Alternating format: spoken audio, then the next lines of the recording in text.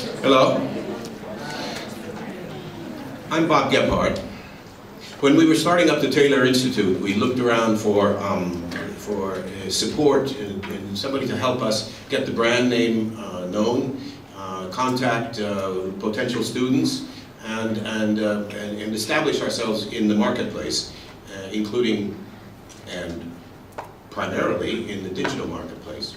Didn't take too much research before we came across the name of MoreVisibility, based in Florida.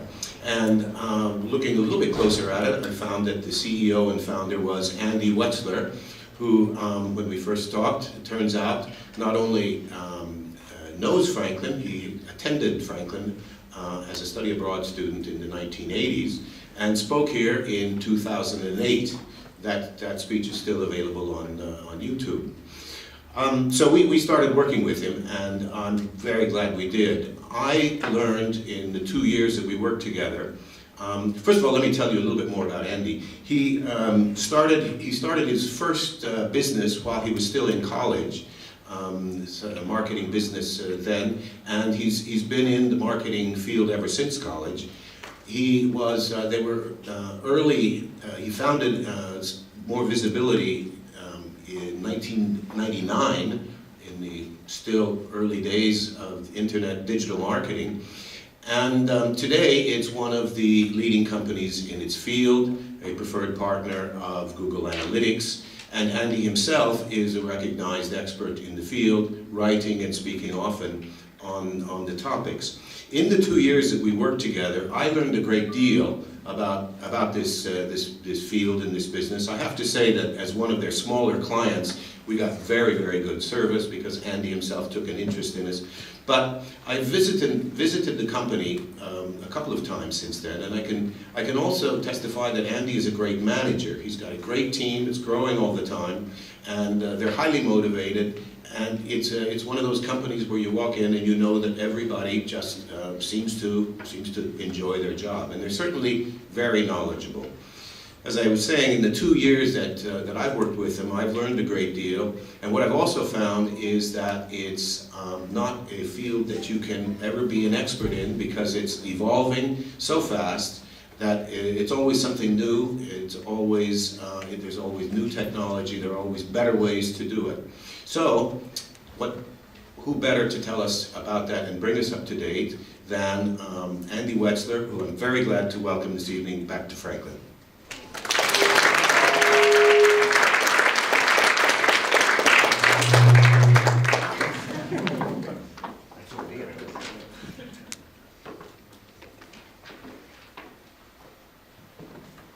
Hello, everyone. Can everybody hear me okay? Yes. I'm very, very excited to be back at Franklin today. As Bob mentioned, it's 5 years since I was last year, and I did a similar presentation in the spring of 2008. So, needless to say, many things have changed in terms of the internet over that period of time, and I'm real excited to share what's going on. If we can get everything to work, we'll be in really good shape. All right, so the goals of tonight's presentation are to convey the elements that affect a website's success, share with you, based on my experience, what it takes today to create a digital presence online for any business and be successful at it. We'll go through a very high-level overview of the different tactics and channels that can be utilized to make a website a revenue generator for a company or a meaningful source of new business for a company. We'll talk about the importance of a best practices approach. I appreciate Bob's comments about the technical wherewithal of our company and the ability to do all this stuff. That doesn't necessarily mean I have that ability. So I guess I've been effective at bringing in people that understand the different dimensions of digital marketing today, but I promise you we will stay non-technical. And it's so important for a business who is expecting their website to do wonderful things to come into that process with realistic expectations. Because what it takes to be effective in promoting a website, it is much more than it would seem on the surface. So I'm encouraging everyone, just as a sort of foundation for tonight, to recognize that it's all takes a lot of work in order to make everything successful. Slow and steady wins the race. I'm originally from Baltimore, Maryland. I don't know if there's anyone from Baltimore here. As Bob mentioned, I came to Franklin for a semester back in the early 80s and was a student at Tulane and graduated from Tulane. So I had a wonderful experience here and enjoyed my time in New Orleans as well. Moved to South Florida in 1995, and my career track has always been direct marketing of one sort or another. So when I was in college, I was selling ads and coupon books to merchants in the New Orleans area, sort of transitioned from that into more direct marketing and call center type consulting. And then when the internet showed up at everyone's doorstep in the mid to late 90s, it sort of just seemed so obvious to me that websites and search marketing were the natural progression of how one would market themselves, and that's sort of where I went. So MoreVisibility, we started in October of 1999. We were a 6-time Inc. 500, 5,000 company. We do all aspects of digital marketing today. We're a Google Analytics and AdWords certified company, and a few other things as well. And we're roughly 40 people, just to say that. So one of the things that sort of always hit me when I was here at Franklin and was at a different campus than we are today is how unbelievably incredible the view was every time you looked out the window, right? Is that part of why we're here? And I don't pretend at all that I have recreated that in my current office, but nonetheless, this is the view out my office, and if anyone knows South Florida and Boca Raton, that's the ocean in the back, and that's the Boca Resort, and our office looks onto all that. So not this, but nonetheless kind of cool at the same time. All right, so just a sampling of clients that we work with as a company. The Metropolitan Museum of Art in New York, we've been doing work with them for 11 or 12 years. The Mayo Clinic in Minneapolis is a client. We do a lot of stuff with the Miami Dolphins. Toshiba's industrial division, I had the opportunity about 3 months ago to get a tour of their facility in Houston, Texas. They make the hybrid engines for a lot of Ford vehicles today. Pretty interesting. The Direct Marketing Association out of New York, the DMA, we actually do DMA search marketing, which is neat. We do work with the government of Taiwan, Hopkins Hospital. We do work with a division of Bayer that creates cancer drugs, and part of Cirrus, and Wolters Kluwer is a UK-based company that's a big publisher. So we're very broad in terms of the types of organizations that we work with, and obviously universities and colleges, and colleges soon to be universities, and it's all good. Elements of a successful website. We'll go through each of these in greater detail. It needs to be fresh. It needs to be well organized. It needs to be two ways. It's not just a flat screen of information like an old school brochure. It needs to be purposeful, and we'll talk about what I mean when I say that. It needs to be easy to operate, and today, more than ever, it needs to be mobile friendly. Let me start by asking a question. When we build a website today, are we trying to please Google, or are we trying to please the person who's coming to the website? Any thoughts on that?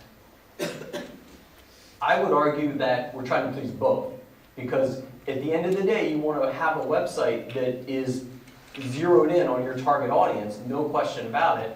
But if your website isn't showing up in Google or any of the other search engines around the globe for whoever your target audience is, you're not going to have a whole lot of people come to your website in the first place. So we want to think in terms of how do we build a website that is aligned with our audience and at the same time can show up in the search engines and the different social media channels or wherever else we may want it to come. A major part of Google's ranking algorithm today is a commitment to fresh quality content on a website. If you look at websites that tend to do well for different search terms, whatever the industry or application may be, websites that are continuously putting out fresh information are weighed more highly in Google than those that are not. And I will use Google today as just sort of this catch-all for search engines in general, although they're probably 65 to 70% market share. So it's a fairly safe assumption, and Bing or Yahoo or any of the other search engines are having an algorithm today very similar to what Google's is as well. So when I say search engine optimization, I'm specifically referring to showing up in the organic or the natural part of Google, not the paid ads. We'll talk about organic search engine optimization and paid or search engine marketing separately.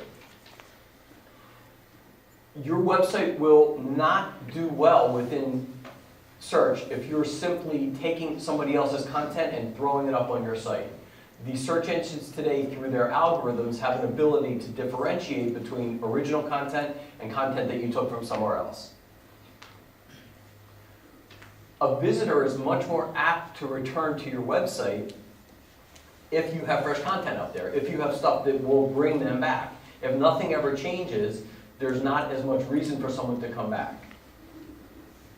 And I just believe, and I have seen this consistently, that websites that are out there putting fresh content out there will keep people engaged and will help you, particularly for any sort of product or service you're trying to market, where it's not a one-shot to the website to make a sale, but instead people want to come back on a consistent basis. For example, Franklin, if somebody is considering coming to school here, they would likely visit this website and many of the others that they would be looking at on a multiple time basis before making a decision. So the more stuff that's out there that's fresh and new, the more interesting it's going to be. Websites, a key thing that we see in websites that ought to be better is the organizational structure within a website. Someone should be able to get to your website and find the information they want as efficiently as possible. We want to keep the number of clicks that someone has to go through in order to find what they want to as few as possible. And to the degree possible, we want to categorize information in an intuitive manner so that people don't have to fish around to find it. So this is a very basic business-to-business website, but one that has a good structure. So this is a company that makes paper tubes for mailers all over the world. And as you can see, at the top you have all the different kinds of categories of the different types of tubes that people would be apt to be searching for. And as you drill down into any particular category, like mailing tubes, it's then going to break it out further into specific types of mailing tubes. I went for a very vanilla site simply to share the concept that big site or small, keep it simple in terms of organization so that no one has any difficulty finding what they want. Anyone has questions along the way, please don't hesitate. We want to avoid a situation on a website where somebody clicks on a link and they're taken to a page that doesn't exist anymore, or is an error page or something that's all messed up. That being said, however, it's inevitable that at some point along the way you will click on a page on a website, or somebody will click on a page on your website that isn't there anymore. So the term within the industry is a 404 page. That's the name of the page that someone gets to if it's a bad link on a website. So assuming that we all want to have a perfect website with no pages, there will never be a reason to have a 404 error message. I'm sure that everyone has seen this message at some point, gotten to a page on the internet that looks like this. If this is your website and somebody hits this page, it's not a good thing. So if you're going to have a website, you need to have what's called a custom 404 page, and it can be creative. So at least somebody, when they got there, look, not the right page anymore, but nonetheless, give them a little information. And even I brought this page more for the humor factor, but a truly good 404 page will have navigation around it so someone can find their way back to wherever they need to go on your site. Another thing that we want to have on our website is what's called breadcrumb navigation. Anybody know what that is? Breadcrumb navigation is right here, where you can follow along with where you are on the website. So that if you want to go back, and you went from the home page to the footwear section to new arrivals, and you want to go back, it's real simple to do that. So a very strong recommendation in creating a website is to have what's called breadcrumb navigation. Hopefully, as you're looking at websites after we leave here today, these are little things that you'll think about along the way as you're developing your next site. We also want to have build into our website internal search functionality so that if somebody is looking for something on your website, you build in a search tool in order to help them. Google private labels, if you will, their search tool, so that you can use that. So here is the website for the London Tube, and you can see their search functionality up on the upper right-hand corner.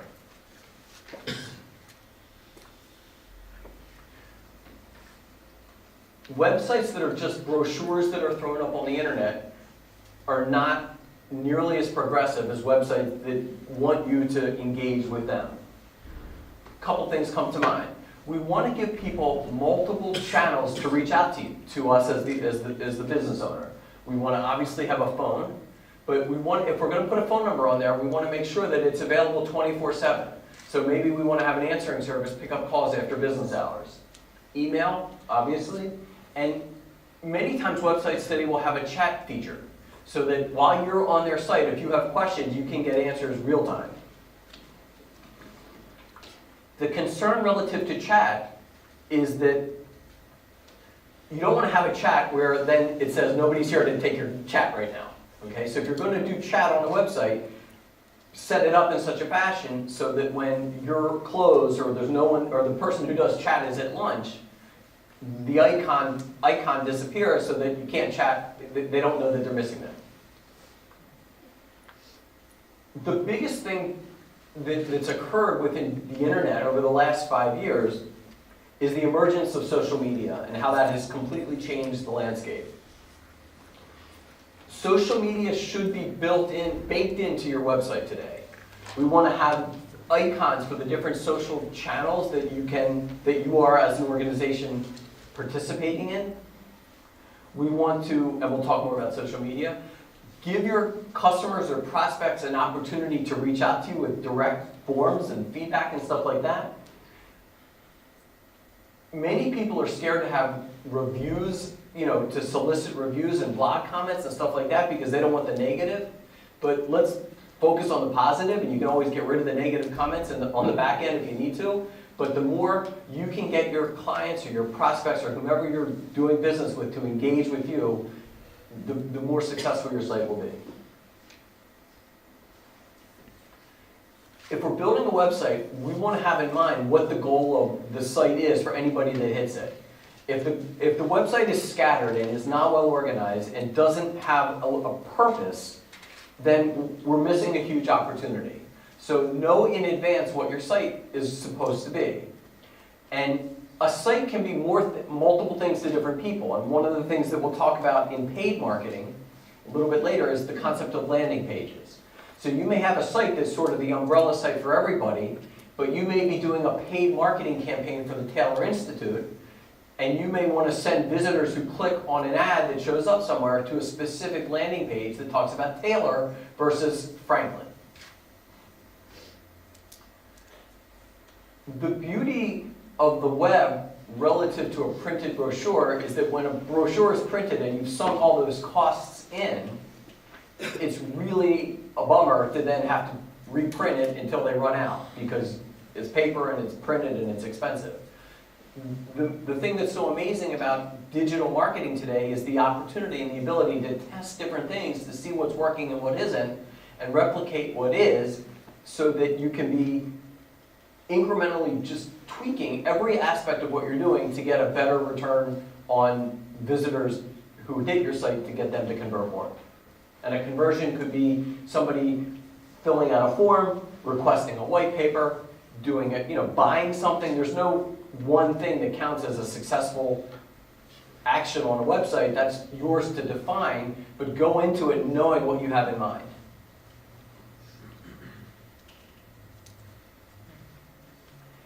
If you're going to have a website that allows for you to add new content or upload a video, you need to have a back-end infrastructure that supports that. And you'd be amazed at how many companies still today, although it's better than it was, have a website that they can't change anything, or they need to wait for the IT team to make changes to a website, and that's weeks or months in order for that to occur. And it's hard to be fluid and quick on your feet when you can't make changes because you're being held up in the back. And IT departments are typically resource constrained, And the more that marketing can do to control the front end of the website and what somebody sees, the better. So if a business has a website and it is in a certain way and IT has to make changes, that sort of is what it is. But if you're in the mode of building a new website, you want to do it with a content management system, with some tool that is the basis of the website that gives you the flexibility to make changes to sort of every element of the site.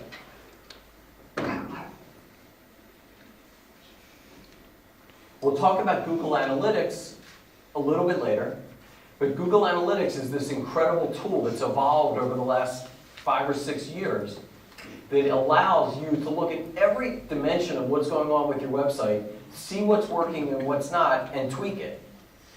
That said, if you don't have an infrastructure that enables tweaking, that data is not going to do you a whole lot of good. So this is going to be hard to read, so don't really worry about it, but these 2 slides are back-end snapshots of what a content management system looks like that allows you to change any element of a website, be it the header, the left sidebar, the main content. All that stuff are elements of a web page that you want to be able to have control over and make changes to. And similarly, you want a website back-end that you can type on no different than you're typing in Word or any other program that gives you the flexibility to change content in and out.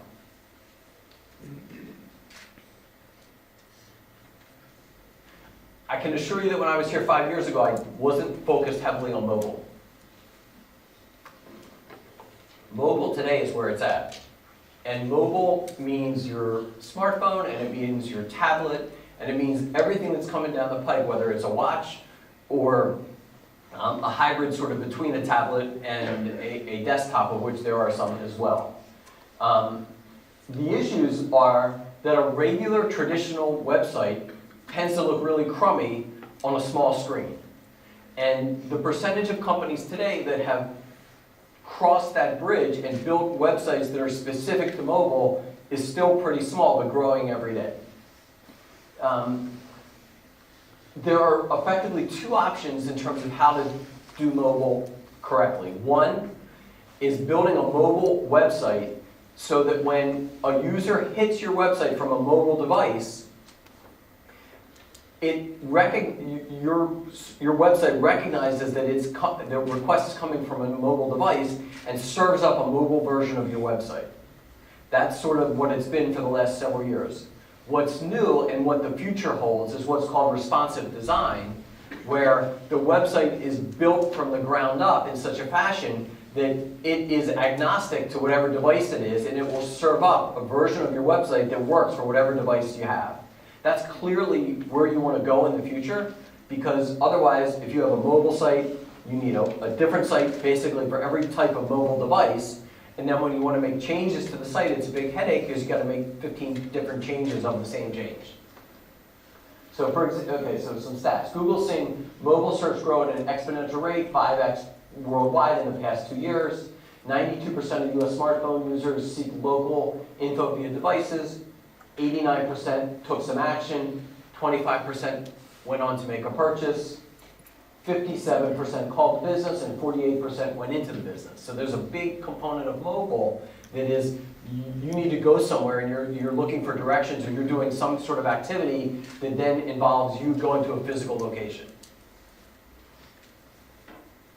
Here's an example of a poor mobile, desktop to mobile experience. The reason it's poor is because it would be virtually impossible to make heads or tails of any of the stuff and complete a transaction or get any information that you wanted.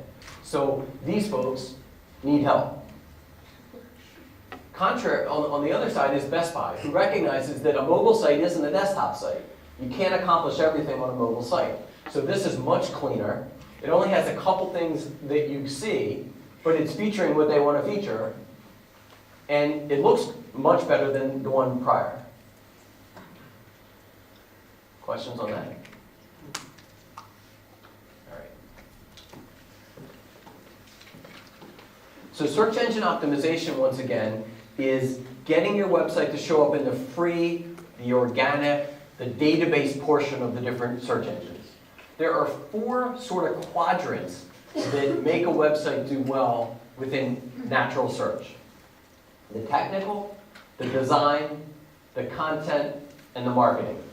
And we'll talk about each a little bit. Let's talk about content first because we hit it already. Search engines prize, reward fresh content.